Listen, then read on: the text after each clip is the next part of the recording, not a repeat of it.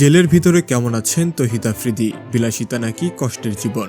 সামাজিক যোগাযোগ মাধ্যমে আলোচিত নাম তৌহিদ আফ্রিদি। জনপ্রিয়তা আর ব্যক্তিগত জীবন সব মিলিয়ে তিনি সবসময় আলোচনার কেন্দ্রবিন্দুতে থাকেন। তবে সাম্প্রতিক সময়ে তার জেল জীবন নিয়ে নানান গুঞ্জন ছড়িয়ে পড়েছে। কেউ বলছেন জেলের ভিতরেও তিনি বিলাসবহুল জীবন কাটাচ্ছেন, আবার কেউ কেউ দাবি করছেন বাস্তবতা একেবারেই ভিন্ন, সেখানে রয়েছে কষ্ট আর সীমাবদ্ধতা। তাহলে সত্যটা কি?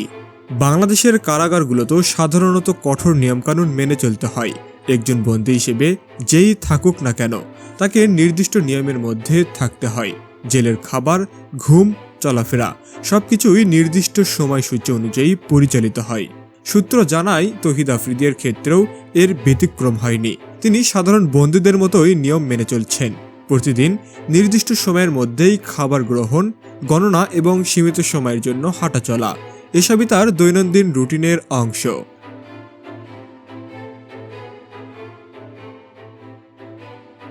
সোশ্যাল মিডিয়ায় অনেকেই দাবি করেছেন তিনি জেলের ভেতরেও ভিআইপি সুবিধা পাচ্ছেন। তবে জেল প্রশাসনের একাধিক সূত্র বলছে বিষয়টি অতিরঞ্জিত। যদিও কিছু ক্ষেত্রে পরিচিত বা আলোচিত ব্যক্তিদের নিরাপত্তার কারণে আলাদা নজরদারি থাকে, তবে সেটি বিলাসিতা নয়, বরং নিরাপত্তাজনিত প্রয়োজন।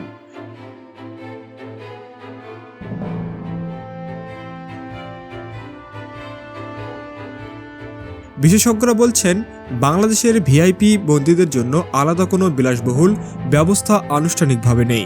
তবে কিছু ক্ষেত্রে পরিষ্কার পরিচ্ছন্নতা বা নিরাপত্তার কারণে আলাদা সেল দেওয়া হতে পারে। এতে করে অনেকেই ভুলভাবে লাক্সারি লাইফ মনে করে থাকেন।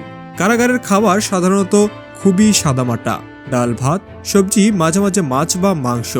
তৌহিদ আফ্রিদির ক্ষেত্রেও একই নিয়ম প্রযোজ্য। তবে নিয়ম অনুযায়ী বন্দীরা চাইলে নিজেদের খরচে অতিরিক্ত খাবার বা কিছু প্রয়োজনীয় জিনিস কিনতে পারেন জেল ক্যান্টিন থেকে। এর ফলে অনেক সময় বাইরে থেকে মনে হয় তিনি ভালো আছেন, কিন্তু সেটি মূলত সীমিত সুযোগের মধ্যেই।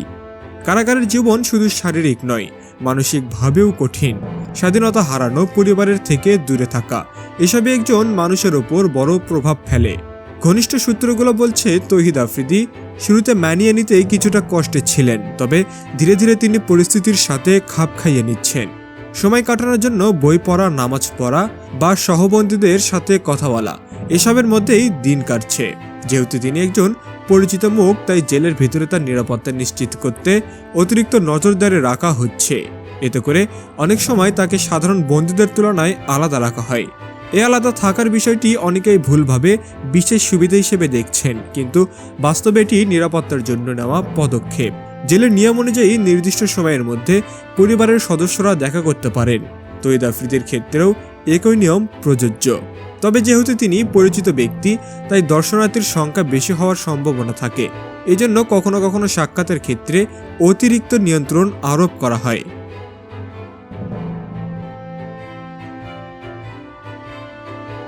বর্তমান সময়ে সোশ্যাল মিডিয়াতে অনেক তথ্য দ্রুত ছড়িয়ে দেয়, কিন্তু সব তথ্যই সত্য নয়। তৌহিদ আফ্রিদির জেল জীবন নিয়েও একই ঘটনা ঘটেছে। কেউ বলেছেন তিনি এসি রুমে থাকছেন, আবার কেউ বলেছেন তিনি কষ্টের দিন কাটাচ্ছেন।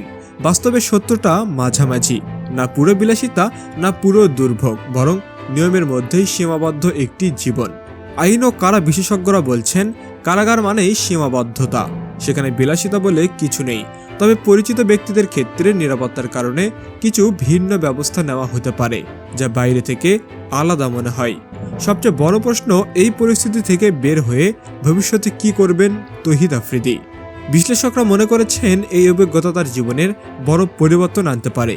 জেল জীবন অনেক সময় একজন মানুষকে নতুনভাবে ভাবতে শেখায়।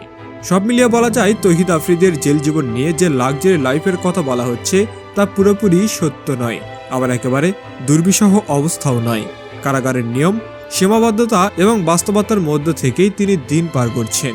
সোশ্যাল মিডিয়ায় অতিরঞ্জিত গল্পের বাইরের বাস্তবতা অনেকটাই সাদামাটা। একজন বন্দীর সাধারণ জীবন, যেখানে স্বাধীনতার অভাব সবচেয়ে বড় কষ্ট।